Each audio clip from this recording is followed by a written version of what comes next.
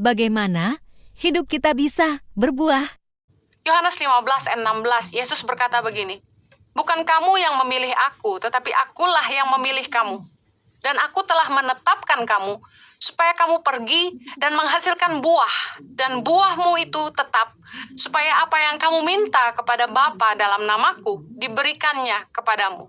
Seringkali yang kita ingat adalah ayat di mana Yesus bilang, apa yang kamu minta kepada Bapa dalam namaku, diberikannya kepadamu. Kita selalu minta apa saja sama Tuhan dalam nama Yesus. Tapi kita lupa bahwa kita juga harus berbuah. Kita harus pergi dan menghasilkan buah, dan buah kita itu tetap. Bicara tentang hidup yang berbuah, a fruitful life. Buah itu bicara tentang 3 hal. Yang pertama, karya atau dampak. 2 Korintus 5 ayat 15 berkata begini, "Dan Kristus telah mati untuk semua orang, supaya mereka yang hidup tidak lagi hidup untuk dirinya sendiri, tetapi untuk Dia yang telah mati dan telah dibangkitkan untuk mereka." Apakah hari ini kita telah hidup untuk Tuhan? Apakah hari ini kita yang ditebus telah menghidupi hidup kita sesuai dengan kehendak Tuhan bagi kita? Apa yang sudah kita buat dengan hidup kita? Ingat, hidup adalah tanggung jawab. Tuhan telah menitipkan sebuah tanggung jawab dalam hidup setiap kita. Apakah kita sudah menghidupinya? Apakah kita sudah membagikan hidup kita untuk orang lain? Karena orang yang hidup untuk diri sendiri nggak akan berbuah. Yohanes 12 ayat 24. Yesus berkata begini, "Aku berkata kepadamu, sesungguhnya jikalau biji gandum tidak jatuh ke dalam tanah dan mati, ia tetap satu biji saja. Tapi jika ia mati, ia akan menghasilkan banyak buah." Yesus jadi teladan buat kita, bahwa kematiannya dan kemudian kebangkitannya telah memerdekakan kita dan menyelamatkan kita. Teladan Yesus yang harusnya juga kita hidupi, bahwa kita nggak boleh hidup untuk diri sendiri. Apakah kita sudah bagikan hidup kita buat orang lain? Kalau kita mati hari ini, kita sudah buat apa? Dampak kita yang sesungguhnya itu justru akan nampak ketika kita sudah tidak ada. Apa yang sudah kita buat? Ketika kita pergi meninggalkan nama baik, sebuah legacy, warisan yang kita bisa tinggalkan buat para penerus kita. Apa yang kita bisa wariskan? Amsal 13 ayat 22 bilang, orang baik meninggalkan warisan bagi anak cucunya. Apakah kita bisa meninggalkan warisan yang baik buat para penerus kita? Legacy, apakah kita punya legacy? Yang kedua, buah bicara soal jiwa. Apakah keluarga kita sudah mengenal Tuhan? Berapa banyak orang yang sudah kita muridkan? Matius 28 ayat 19 bilang gini, "Karena itu pergilah, jadikanlah semua bangsa muridku, dan baptislah mereka dalam nama Bapa dan Anak dan Roh Kudus." Saya cuma mau ingatkan bahwa ada satu mandat yang Tuhan titipkan dalam hidup kita, bahwa kita harus menjadikan semua bangsa murid Tuhan. Kadang-kadang kita lupa bahwa Tuhan menitipkan sebuah mandat, sebuah tugas yang harus kita jalankan. Jangan sampai waktu kita berpulang ke rumah Bapa, apa yang Tuhan suruh kita kerjakan, belum kita kerjakan. Apakah kita sudah melakukan apa yang Tuhan mau buat hidup kita? Janji Tuhan pasti jauh lebih panjang daripada usia kita. Mungkin hari ini saya belum selesai melahirkan 1000 pemimpin bagi Indonesia. Mungkin saja ketika Tuhan panggil saya suatu hari nanti, saya belum melihat 1000 pemimpin buat Indonesia yang kami lahirkan. Karena janji Tuhan itu lebih panjang daripada usia kita. Tapi paling enggak, kita sudah memulai. Kita sudah lakukan bagian kita. Dan harus ada orang lain yang meneruskannya. Saya mau ingatkan bahwa jiwa itu sangat berharga bagi sorga. Lukas 15 ayat 7 bilang gini, "Aku berkata kepadamu, demikian juga akan ada sukacita di sorga karena satu orang berdosa yang bertobat, lebih daripada sukacita karena 99 orang benar yang tidak memerlukan pertobatan."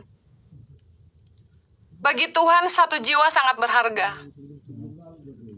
Apakah kita sudah memenangkan keluarga kita? Yakobus 5 ayat 20 bilang gini, ketahuilah bahwa barang siapa membuat orang berdosa berbalik dari jalannya yang sesat, ia akan menyelamatkan jiwa orang itu dari maut dan menutupi banyak dosa. Ayo, jangan menghakimi orang berdosa, tapi berusaha menuntun mereka, supaya mereka berbalik dari jalan mereka yang sesat, berbalik kepada jalan Tuhan. Biarlah kita boleh membawa banyak jiwa buat sorga. Kita harus berusaha menyelamatkan jiwa-jiwa orang dari maut. Sekalipun orang itu mungkin nyakitin kita, ayo berdoa buat jiwanya, rebut mereka untuk Tuhan. Jadilah penjala jiwa, bukan penghalang jiwa. Beberapa orang Kristen nggak jadi teladan. Hidup dalam kemunafikan, bahkan penuh dengan penghakiman. Justru hal-hal inilah yang menghalangi orang untuk mengenal Tuhan. Bagaimana mungkin orang mau datang sama Tuhan kalau mereka dalam keadaan masih berdosa, kita hakimi mereka? Matius 23 ayat 13. Yesus berkata begini, celakalah kamu, hai ahli-ahli Taurat dan orang-orang Farisi, hai kamu orang-orang munafik, karena kamu menutup pintu-pintu kerajaan sorga di depan orang. Sebab kamu sendiri tidak masuk, dan kamu merintangi mereka yang berusaha untuk masuk. Makanya saya sering bilang ini, kalau nggak bisa nolong, jangan ngomong. Kalau nggak bantu, jangan bikin buntu. Kalau kita nggak bisa nyelamatin jiwa-jiwa, jangan malah jadi batu sandungan buat mereka. Saya sedih banget waktu di IG maupun di YouTube, ada orang-orang agama lain yang komentar, bicara tentang bagaimana mereka diberkati dengan pengajaran yang mereka dengarkan, meskipun mereka tahu bahwa mereka memeluk agama yang berbeda. Beberapa orang Kristen mulai komen, balas, dan serang orang-orang yang komen itu dengan perkataan yang tidak seharusnya dan sebagainya. Saya sedih banget. Kalau kita nggak bisa nolong, jangan ngomong. Kalau kita nggak bisa bantu, jangan bikin buntu. Jiwa bagi Tuhan itu sangat berharga. Kalau kita nggak bisa menangkan jiwa-jiwa, paling nggak kita berdoa buat mereka. Jangan serang mereka. Semua orang berhak dengar kabar baik. Semua orang berhak dengar betapa Tuhan mengasihi mereka. Siapapun mereka, apapun agamanya. Kadang-kadang roh agamawi itu gini, bikin kita ngerasa kita lebih benar dari orang lain. Kita pikir kita udah paling suci, udah paling hebat. Semua agama salah, kita udah paling benar. Padahal hal-hal ini yang Yesus selalu marah dan bilang bahwa itu kemunafikan. Ayo jadi penjala jiwa, jangan jadi penghalang jiwa. Yang ketiga, buah bicara soal perubahan hidup. Matius 3 ayat 8 bilang gini, jadi hasilkanlah buah yang sesuai dengan pertobatan. Masih hidupkah saya besok? Mari perbaiki diri kita dari sekarang. Karena kematian gak akan nunggu kita berubah. Kalau kita takut mati, perlu dipertanyakan, apakah kita telah mengalami kasih Tuhan? Karena kalau kita mengasihi Tuhan dan kita tahu Tuhan mengasihi kita, waktu Tuhan jemput kita harusnya kita bahagia. Karena artinya tugas kita di bumi ini selesai. Mungkin kita pikir kita akan sedih waktu kita meninggalkan orang-orang yang kita sayangi, tapi percayalah bahwa Tuhan juga mengasihi mereka dan Tuhan pasti pelihara mereka. Yang jadi fokus kita harusnya adalah apakah kita telah menghidupi tanggung jawab yang Tuhan percayakan dalam hidup kita. Bisakah kita mempertanggungjawabkan hidup kita sama Tuhan? Baik kepercayaan dalam bentuk harta, pengetahuan, keahlian, dan yang paling penting, apakah kita sudah hidup seturut dengan kehendak Tuhan? Apakah hidup kita berbuah? Apakah kita telah berubah? Mari kita lihat dalam firman Tuhan, apa yang dimaksud dengan berubah, buah seperti apa yang Tuhan mau kita hidupi. Efesus 4 dengan perikop manusia baru, ayat 17. Sebab itu kukatakan dan kutegaskan ini kepadamu di dalam Tuhan. Jangan hidup lagi sama seperti orang-orang yang tidak mengenal Allah dengan pikirannya yang sia-sia, ayat 18, dan pengertiannya yang gelap, jauh dari hidup persekutuan dengan Allah. Karena kebodohan yang ada di dalam mereka dan karena kedegilan hati mereka. Perasaan mereka telah tumpul sehingga mereka menyerahkan diri kepada hawa nafsu dan mengerjakan dengan serakah segala macam kecemaran. Tetapi kamu bukan demikian, kamu telah belajar mengenal Kristus. Ini harapan yang Tuhan mau dari kita.